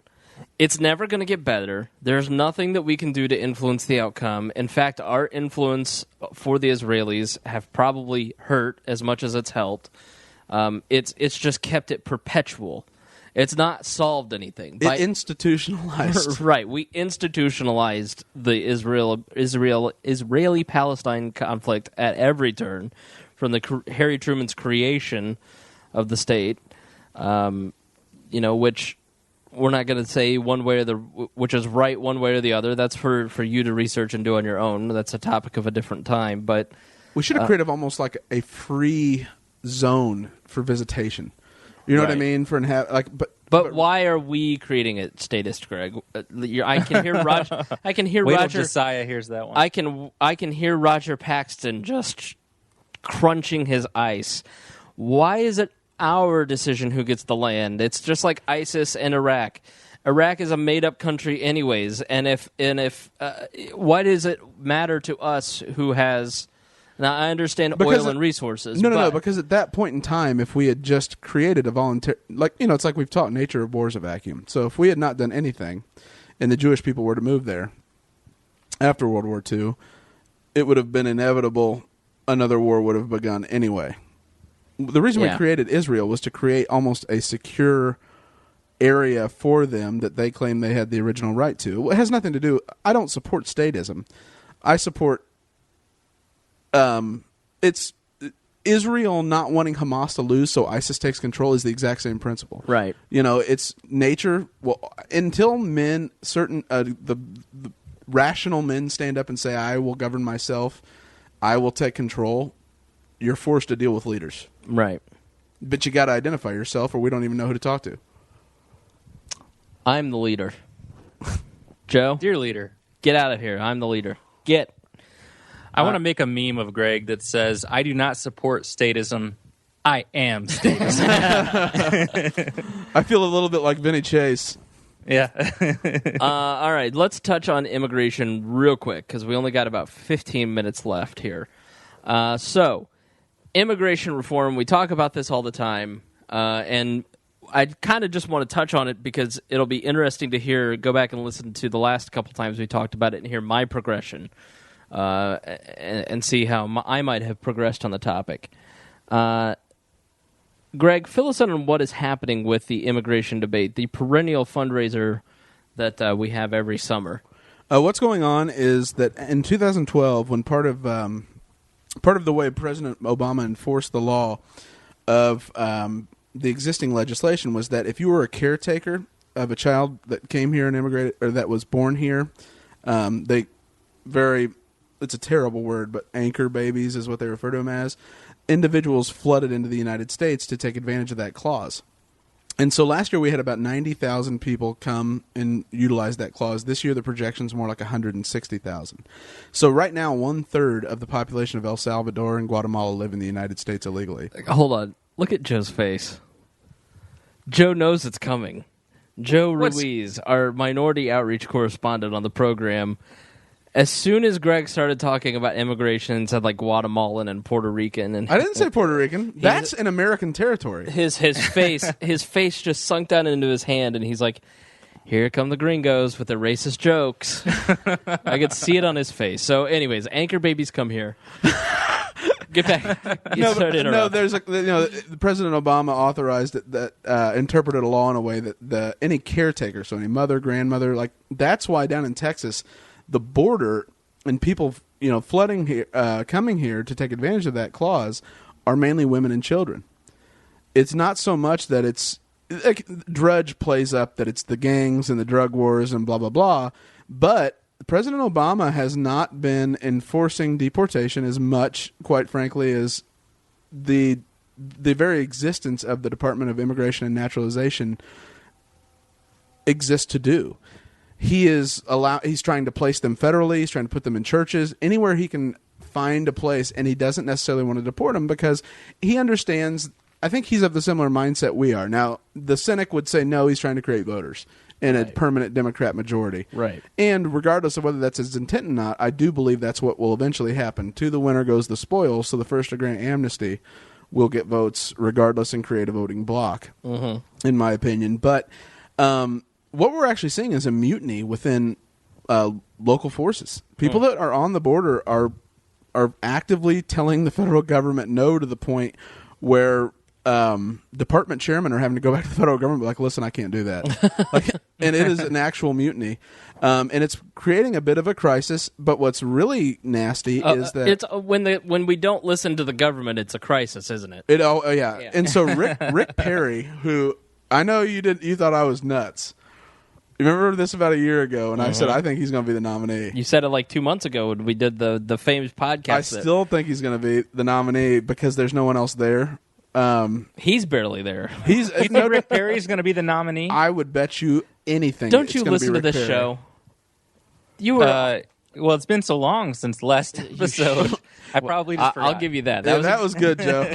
Good way to turn it back on me. I'm proud of you. I've taught you well. But we were actually sitting at that pub. I'll teach him borderline personality hosting in just a moment. So, teach you how to be a borderline personality as you host your own. You always turn it right back around and use your own paranoias against you. Back to the other borderlines. Yeah. How many borderlines have you crossed? That got uncomfortable. Wow. Wow. Didn't. Hey, back to you, Greg. Sorry, Man. that got uncomfortable. Gee. I told you he flirted with the Democrats, and it's starting to show. I know. Gosh. Look at him. How many miles away are we? And I'm feeling the heat. Right? Do you carry around an anchor in your pocket? Oh my gosh. Greg. No, white man. I'm an anchor baby. Anyway. Let me edit this back to you so you know what to edit out. Man. I should take that out. I thought that was great. I would have never thought I was the insensitive Republican. Or, that I actually have the high ground on this show, and my God, is it more apparent than ever right now. I can't believe I've ceded the moral high ground to Greg Lenz. I told you Bob and Tom changed you this morning. I'm not safe Chris for life. Spangle has become Bill O'Reilly. Pretty much has. Coming up next, my next book, Killing Everybody. Killing hip-hop Patriot. music. All right, go. No, but Rick Perry has decided that he is sending the National Guard 10,000 troops down to the border to handle this situation because he looks at it through the statist mindset. If you do not protect your border, you are not sovereign. You do not have a state. And President Obama could not be more perturbed, but this has elevated Rick Perry to the national stage, and the polling's changed in the United States. Nothing rallies people to a politician like rallying the troops. True, but it's funny. Immigration has always been on the Democrat side. Right, yeah. I mean, Not this anymore. guy is rallying troops. He's literally raising troops to fight for a racist cause.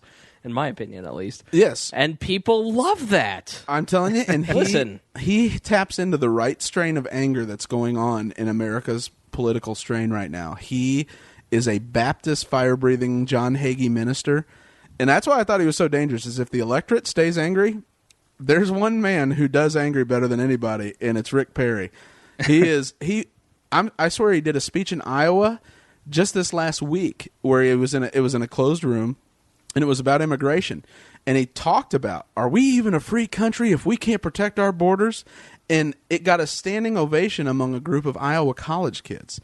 This guy does angry better than anyone. Right. And this is his issue. It's elevated him because he was looking like he was going to fade away into history. Sure. Because he was the front runner because no one wanted Romney. They wanted someone angry. And I think the second time around, if enough moderates will forgive him, and immigration is that issue to win the white working Democrat on, he's dangerous, especially in Iowa. Not New Hampshire, but the South. It could be a clean sweep.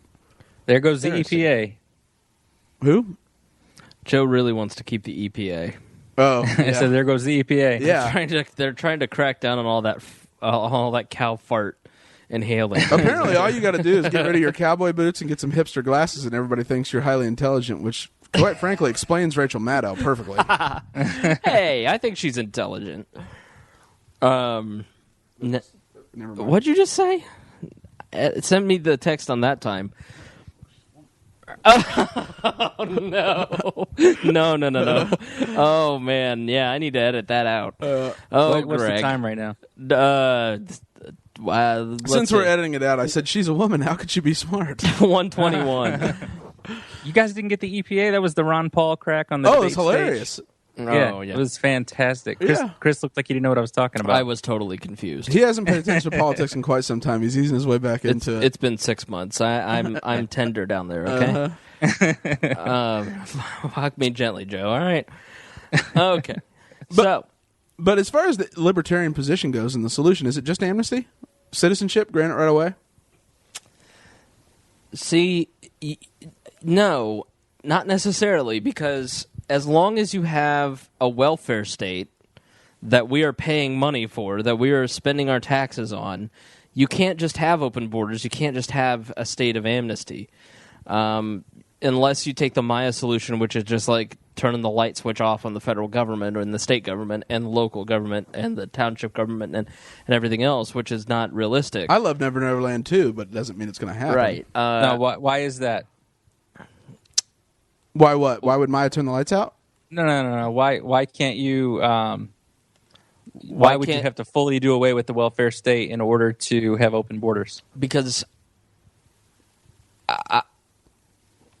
it isn't just I think sometimes when we talk about welfare, we think somebody is just sitting there and collecting a paycheck, but that's not it. It is the use of services, and then you go back and pay for those services like healthcare. So if you come to the country and you know that there's free healthcare, there's food stamps, there's all these different services that will help you get started, it overwhelms the system. And I don't think that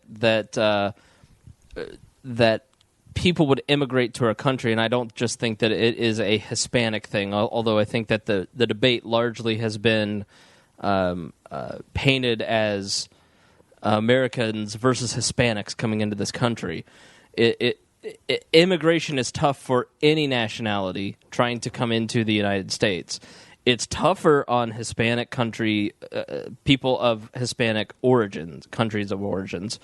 So there was a study one time that it's 1,000 times easier and 10 years quicker to immigrate to the United States if you're British than if you're Mexican, for instance. And what you really mean is assimilate. Assimilate, yeah. So if we have open borders and we don't have customs, if we don't have the ability to kind of regulate how many people we're letting in, people come here, they say, okay, I know that I can go to America and my basics are going to be covered. If I get hurt, I'll have food, I'll have housing, I'll have health care. That can help me get my start, and then I can work my way into the American dream. But you and I both know that you get trapped in that cycle. It becomes tough to get out of that cycle. And secondly, you have so many people coming to use the services on the front end, and even if you have the pipe dream of 90% of those people working their way out of those basic services and they become self-reliant, so many people would come in and use the services because they were free that it overwhelmed the system. Now, that is my opinion, and I'm sure that it will be different a year from now. But isn't there a middle, a plan C, though? Isn't removing those services from non-tax-paying citizens? Well, they're ineligible for 5 years as of right now. I got a lot of heat in 2004 when I really took a look at what Bush was proposing and thought, that makes sense. You want to come here, you want to work, you want to pay taxes, we're going to help make you legal if you work here already, and so we can get your tax money. I know it sounds ludicrous for a libertarian to advocate taking more taxes from somebody, but we already are. why should I pay more taxes, or why should I be penalized? Because I believe their labor should be taxed just as much as mine if I'm going to be taxed. And here's the real argument. They already are. Right now, and I was in like some of the show prep, is right now to the tune of roughly over, since 2007, it's somewhere around $27-28 billion that we take in from undocumented workers off of Social Security taxes that the employer is already collects. And so when I look at it and I say, if someone's here, they're undocumented, they're already paying taxes. The very foundations of this country were based upon no taxation without representation. So if you're here and you're working and you're paying to support our state, I feel like that it is hypocritical, one, in our founding, and two, just based on a contractual agreement of employment, that you're not allowed to, one, vote towards what you want your state to do or your country to do, and two, you're being forced to contribute to something where you're not even granted the same rights as those who are also contributing towards it. You're a second-class citizen. Bush had a good plan. You don't necessarily have to grant citizenship immediately. I think a pathway to citizenship might be a little bit tough because all you're going to do is create a bigger bureaucracy, because it took until 2010 to process the Cubans that fled under Reagan in 1986. Uh-huh. We didn't process the last one until 2010. That took a little while, just in time to file for Social Security for that individual. Right. But what I do think would be great would be permanent employment status, where they get a tax identification number. They don't. Voting will be probably up to congressional fight, but they have the ability to work here. They will not be targeted by Sheriff Joe and his posse out in Arizona. And they have access to, they can get health care maybe for 5 years, which is what some of the plans have flirted. They don't have access to Medicare, Medicaid, Social Security, that type of thing. But after 5 years, where it looks like they've been a temporary worker, that's when they are granted, and that's when they'd be eligible for such things. Yeah, I mean, there are a couple instances just recently from friends of mine. One is a family relative who has been here for 30 years, is now being deported back to her home country for no discernible reason. There's a person who's been in this country longer, has lived longer in the United States than their home country, has settled down, made roots, paid taxes, has been a productive member of our society here locally and I guess on the national scale in some as a cog in the wheel, cog in the machine. But they're being deported back for no real reason, and so now all those roots are being ripped away from them, and we're losing somebody who is a productive member and sending them back to a place where they have no real connections, and there's really no explanation. Another person works in the landscaping industry, and they're doing a job that the boss can't find somebody else who works nearly as hard as this guy. And they're a great employee. And he has a son here, and his wife is here, and he's being deported, and the son and the wife are not going back. He's going back if he can't. So it's just... It's anti-American, in my opinion. Right. Why are we kicking out productive members of our society? I mean, really, it's politicians feel like they need to act, they need to do something. Local officials need to do something. So we need to get rid of these people, get them out of our country. When what does it hurt to have more people live here and be productive members of our society? In my opinion, it's a change in the American psyche. In that and this is before America existed, when we were, the people searching for the new world, for a better life, free from religious persecution. It was that adventure for freedom. Right. Now the American psyche doesn't look at it as an ever-expanding pie where I have every opportunity to go out and make mine. Now it's that guy working has taken my opportunity for employment. And the nasty one and the political winning one. What was that? That was from South Park. So we're South Park, where if the guys, where all the white men in the town, if they stopped humping each other in the ass, then more Mexicans would enter the country. It was something ridiculous like that. Like the only way to stop illegal immigrants from coming into South Park was gay male sex. And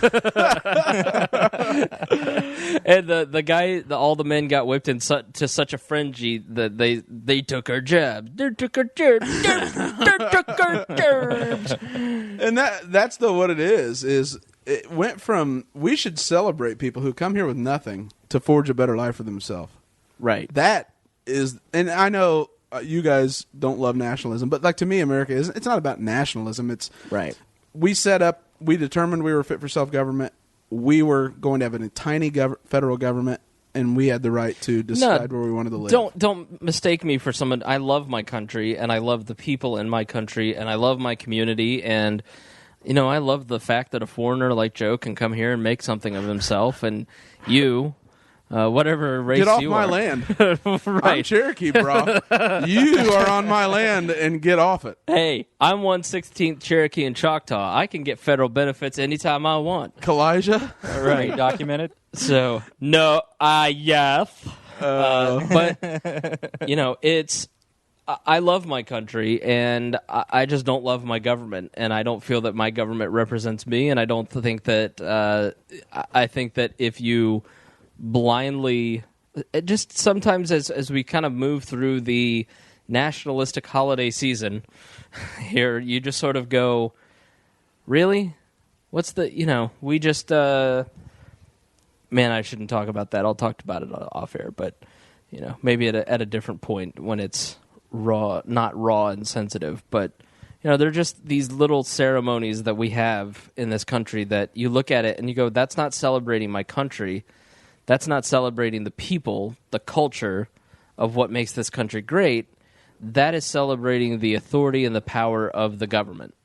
Mm-hmm. Exactly. And that's what I have a problem with. I have a problem with the authority and the power of our government, with the celebrations that uphold that.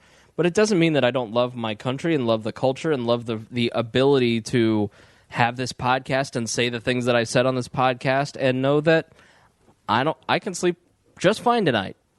And you downloading this podcast, you're not going to go to jail for listening to it. No, the only people you have to fear are the brutalists. Right. I mean, the only person that might kick down my door and shove freedom in my mouth is Maya Axton.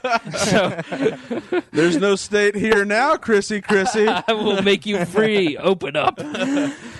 But, it's that to me is what, there is nothing more American, the ideal of what, like the Jeffersonian ideal, than that pursuit of a better life, risking it all, working, willing to work hard, and instead it's turned into something nasty where it's cultural protection. It's bigotry, and bigotry is not an American value, and I refuse to celebrate bigotry. Exactly. And when you really boil down some of these big debates that we have, it is old world attitudes that are bigoted and that do not celebrate the choice of individual. It celebrates the choice of the state to rule your life or for society to rule the lives of minorities. I wouldn't get gay married as a personal choice, but you know what? If you and Joe want to get gay married, Greg, I'll come to the wedding. That's fine with me. That's not my choice. It's not my personal decision. Mickey might have some it opposition. Legally, yeah, that's true. Chris, how does it feel to be on a podcast with two ordained ministers? I feel, yeah, that's right. You're both ordained ministers. Do you feel unholier than thou? You could gay marry each other. Do you say I do? I do. Yeah. Bigotry. So, bigotry right there. Right there. But the fact is that when you really nail somebody down on gay marriage, they just think it's gross. Or they personally have a problem with it. When you start talking about immigration, Joe's holding up a very... I am statism. When you start talking about immigration, a lot of times it is born out of the ideal of nationalism and bigotry, and those are two American values that I don't celebrate. And so they're not American. They're anti-American. They're statist values. Right. Exactly right. They are, if anything... And this is where... I want more people to come here and be more successful. And if somebody comes here and they're more successful than me, that's great because that's going to rise my tide as well. Exactly. Rise my boat. That was the original ideal. And unfortunately now it is well, we should probably declare English the official language. You have to learn American history. You have to Right. talk about separate. Now, I am conflicted on separation of powers and understanding that type of thing, because if people don't have a grounding in governance, they're not going to understand the profound effects of our founders debating what type of government to form. But it doesn't have to be American. It just has to be well, quite frankly, there is no American. Gosh, we speak English here. That's right. We're a country of immigrants. We speak English. Except for me, I'm OG, but you guys are all immigrants. You are swarthy, Greg. Joe, you're Mexican. What do you feel about immigration? Oh, my. How do you feel about the immigration I'm not topic? Mexican. What was that?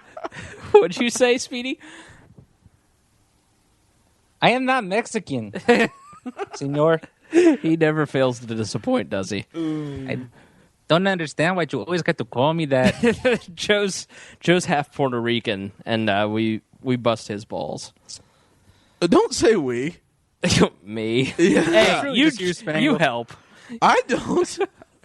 or at least it has been today. Yeah. Joe, unfortunately, at the point where Joe gets to defend himself, he's breaking up. Joe, seriously, Joe, what are your thoughts on immigration? I mean, do you agree with Greg and I? Are you open borders? Are you closed borders? Are you Rick Perry and Sheriff Joe ready to put troops on the border to keep them out? Nah, man, I'm open borders, and that's why I asked the question about Shocking.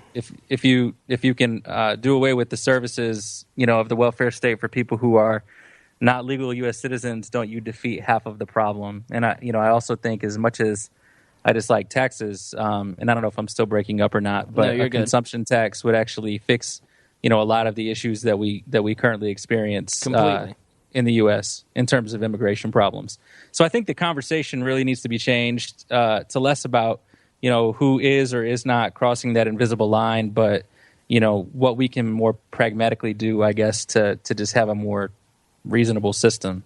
And I think a consumption tax would be a part of that. Yeah, meaning the fair tax. So a lot of sort of detaching a lot of the taxes or all of the taxes from the employer, that really helps solve a lot of the equation, and everybody pays their fair share. That's why it's called the fair tax. And I know a lot of libertarians bristle at the fact that a libertarian would support the fair tax because it's a tax. Right. You almost can't say the words fair tax because you always have that one libertarian who's going to be like, it can't be fair if it's a tax. Yeah. But, And I think that's part of the struggle of being a libertarian in 2014 as opposed to 2114 when it will be a totally libertarian society. I'm sure of it. The struggle of the modern libertarian is balancing what you personally believe is the best solution and how do you deal with the situation as it presents itself now. So I would like no taxes because I believe that a free society demands no taxes, but at the same time, that's not realistic in the current environment. So if you're elected tomorrow to Congress, what would you propose? And that's the perpetual argument. Libertarians argue about that all the time, and that's half of what we talk about here. And I mean, to be clear, we are all voluntarists at our core. Right. It's just how much government are you willing to settle for in the meantime as it's direction versus destination. All right, you're heading in a direction versus I want the destination now. And part of And we're not going to tell you what the right way is. I think if you listen to this podcast, it's pretty clear that Maya is the destination libertarian for the Weird Libertarians universe, and the rest of us are kind of directional. You're much more directional than others, and Joe, I don't know. Joe, I don't know what you are anymore. Dude, it just depends on the day. Yeah. he's definitely an anarchist, aren't you? Yeah, I think for the most part. But I can still say something like I'd rather have the fair tax than what we currently have. I think just in terms of keeping the peace, it's much less of a power struggle to say, okay, come on over, but you're going to pay for anything that you use than it is, I'm going to line troops up along the border and make sure that you stay out. That just seems like it could get dangerous and people's lives could be negatively impacted. I'm not okay with that. It's funny, I recently had a breakthrough on this, and for the longest time I had trouble putting into words why I felt the way I felt of being a directional libertarian. And it wasn't until I was brushing up on some Russell Kirk because I've been reading a book about the founding of the National Review currently, and reading about the battle between Frank Meyer and Russell Kirk, and I actually got embroiled in a little bit of a heated discussion with a local Indiana Republican that didn't even know who Russell Kirk was, and he is a leader of the party, and I found that quite hysterical. Frank Meyer was an early leader in the libertarian thought movement, and then Russell Kirk was really the guy from Escape to New York, right? Right, yes. Married to Goldie Hawn. Yes. I loved Overboard. Overboard was a great movie. Overboard is a great movie. He not only did he collect all the great conservative thought, thereby creating a consistent conservative ideology, he also had children with Goldie Hawn. What a life, ladies and gentlemen. Oh, man. No, but that's what I found, and that's funny. That's when I decided, too, that the GOP as it exists today is a defunct organization. Yeah, here's a guy who literally wrote the book on what conservative ideology is through the ages. The conservative mind collected all the great conservative thought, and Russell Kirk edited together what a conservative ideology was in the modern era. And the head of the Young Republicans in Indiana didn't know who Russell Kirk was. Right. And that'd be like a leader at a church telling you who is Jesus Christ. Right. You know, it's pretty unbelievable to me. And that's when I was just more like who is this who's Paul again? Yes. What is this church you speak of? I get Jesus. I get i.e. Ronald Reagan, but who was Paul? I don't understand. Yeah. That's sort of the equivalent. And it just goes to show you that most of Republican politics and heck, a lot of libertarians and Democrats too, it's just reactionary. It's not born out of a philosophy that you put together or thought about or put time into thinking about. It's reactionary. Well, they're doing this, so I need to think this. Taking a line and running with it. I told you guys that I talked to a candidate for state rep that ran as a Republican, and he actually told me while we were talking, yeah, I haven't really had time to focus in on any specific issues and gather my thoughts on what I thought about them or coming up with any solutions. But I just figure I'm a conservative. I love insert the name of his city or the county that he was running under. He's like, and I think that as long as the people know that about me, they'll have enough to go on. Sure. And I never knew that Joe met Sarah Palin or ran as governor of Alaska. And so let's think about what that means. He's a conservative. What does that really mean? It means that he identifies with the tribe of conservatism. He likes the other. He likes the people. He likes the collection of conservatives and likes what they have to say. All different shades of white. Sure. Right, but he doesn't have, it's not rooted in philosophy, and most of the modern conservatism is not anymore. It's reactionary politics, and Democrats at least have a consistent ideology, which is grow the state, grow the government bigger, use the government as a force for good. And Republicans just have kind of lost their way because they've made libertarians the enemy, and instead of working with libertarians to let them influence their own policy and letting libertarians be the grown-ups in the room and the smart ones in the room, if I may inflate our own egos, they've kicked us to the curb, and libertarians have stayed there and not wanted to go back and not wanted to sit there and listen to, for the millionth time, why don't you just join the GOP and change it from the inside? It's because you're all morons and you don't listen to any kind of rational thinking. You listen to Rush Limbaugh instead. And my point of Kirk was that Kirk considered society as it exists today is the culmination of the wisdom from the past. Right. And that's something that I actually think isn't necessarily harmful to libertarians as it is. We all openly mock government institutions, right? Yep. We do. They're dumb. Just the other day I was saying Department of Defense. But we mock the absurdity and stupidity of government. But Kirk's point was that the conservative has to be cognizant of the fact that the reason we have these things is that our ancestors in the collective wisdom of the past, we've learned something and thought that something of this original intent, not the form it takes, but the intent of the organization as it exists, is necessary. And that's the wisdom of the past. And that's why I am a destination libertarian, is I understand that we have organically arrived where we are now. It's been progressive. It's taken time. It's been push, pull, 2 steps forward, 1 step back. to overthrow it all of a sudden and just shut the lights off is harmful to liberty. Right.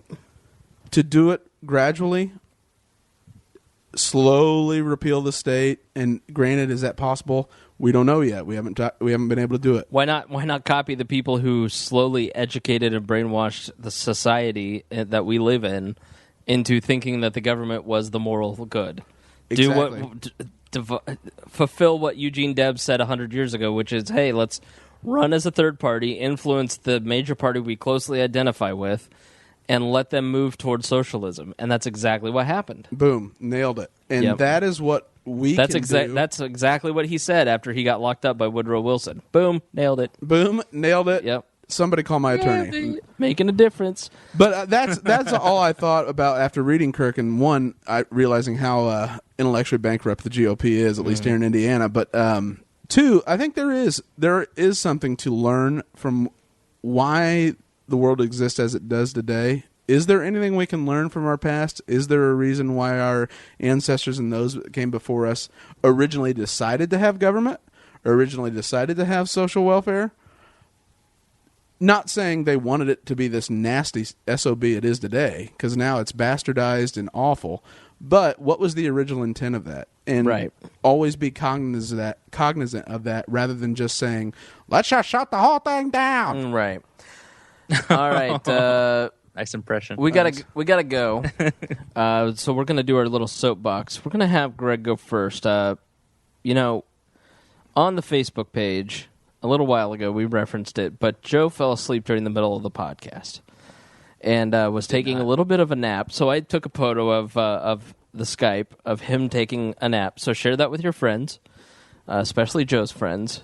And I captioned it this: how exciting is the new episode of We Are Libertarians? A picture says 1,000 words, as does Greg Lynn's in this episode.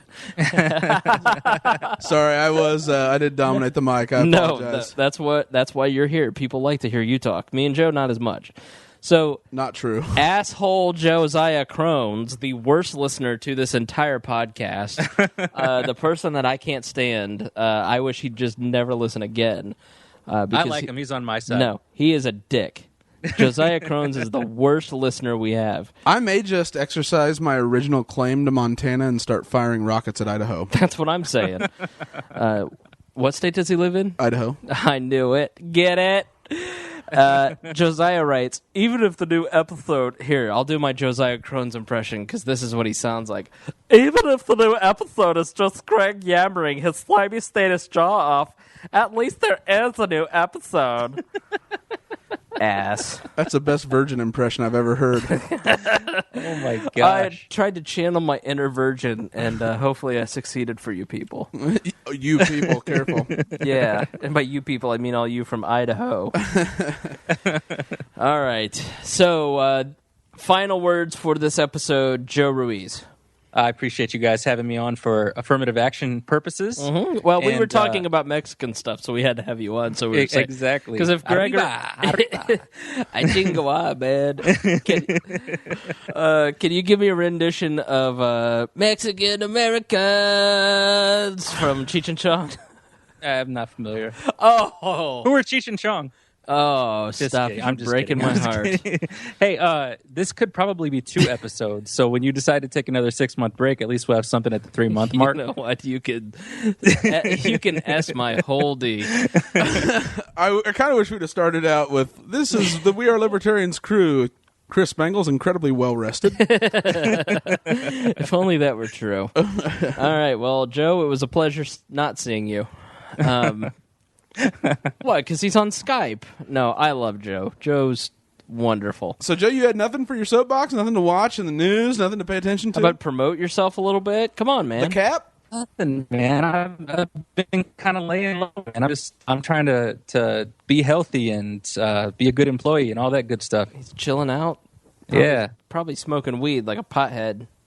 No, but if Gary Johnson's listening to this and he wants to offer me a job in his new venture, I'd be more than happy to show him my resume. Well, because Gary Johnson has time to listen to this. Well, he's only making $1. He is only making $1. So imagine how great those benefits and salary would be. Yeah.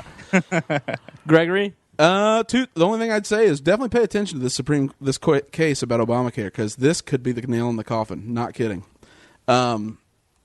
If you don't qualify for subsidies in your states on the federal exchange, this thing falls apart. You're talking about premiums skyrocketing exponentially. The other thing is I'm sorry, was I smiling? Let me stop doing that. Yeah, right. The other thing is to watch for ISIS to make a strong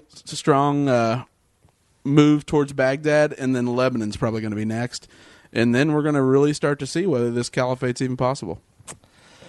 You know, when at the beginning of the podcast, instead of the Supreme Court, you said that the Obamacare thing was going to the Supremes. Mm-hmm. And to show you how out of it I am, I thought, why would they put Obamacare in the hands of Diana Ross? Right. A terrible idea. That crazy woman. She's going to do nothing but rule that free pain pills for everybody. Racist. It's not racist. What? She's a pillhead. It's not racist. Well, I'm terrible. I really need to think about my behavior. I really do. And you're going to take 3 months to think about it. I need to go sit in a corner and think about the way that I have behaved today. I hear Nova Scotia is a great place to go away to. Be quiet, get some fishing in. You mother. Canada, you son of a bitch. You know what? Let's rank the things we hate on this podcast. Number 1, Canada. Josiah Crones. Number 2, Josiah Crones. All right, well, that has been an episode of We're Libertarians. And really, it's 1 and 1A. Really, yeah. I mean, it's kind of tied. Yeah. So, which would I fire a rocket at first? If you live in Montana, you could do it simultaneously. Oh, that's a great point. Oh, if anybody's got spare rockets, please send them my way. Is that a burning bush? I'm pretty sure Yahweh just told me that I have a rightful claim to Montana. All right, everybody. I have nothing for the soapbox. Thank you for listening. Love you people. You're all great. Gina is alive. That's my soapbox. I heard from Gina. Greg has heard from Gina. Both of us have heard from her in the last 2 weeks. So Gina lives.